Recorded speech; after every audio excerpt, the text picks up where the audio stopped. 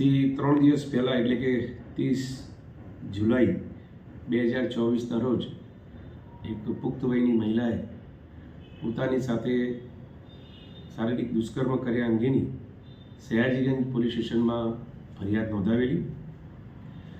આ ફરિયાદના કામે હકીકત એવી છે કે આ મહિલા આ કામના આરોપી કે જેનું નામ વાહિદ નસીરભાઈ ભટ્ટી કે મૂળ એ ડાભા ગામ જંબુસર ભરૂચનું વતની છે અને એણે ગયા વર્ષે અહીંયા સયાજીગંજ પોસ્ટે વિસ્તારમાં સિલ્વર લાઇન કોમ્પ્લેક્સમાં 3જા માળે એક દુકાન ભાડે રાખી હતી અને શેર બજારના ફાઇનાન્સ લગત કામ કરતો હતો।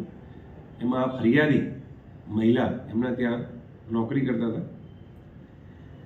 આ ગત વર્ષે જુલાઈથી નવેમ્બર માસ સમયગાળા દરમિયાન એમની વચ્ચે મિત્રતા કેળવાઈ હતી અને પછી આ મહિલાનો વિશ્વાસ કેળી એમની સાથે શારીરિક દુષ્કર્મ એમની સંમતિ વિરુદ્ધ મરજી વિરુદ્ધ કરેલું, જે કામે તાત્કાલિક અસરથી પોલીસે ગુનો રજીસ્ટર કરી અને આરોપી વાહિદ નસીરભાઈ ભટ્ટીની અટકાયત કરેલી।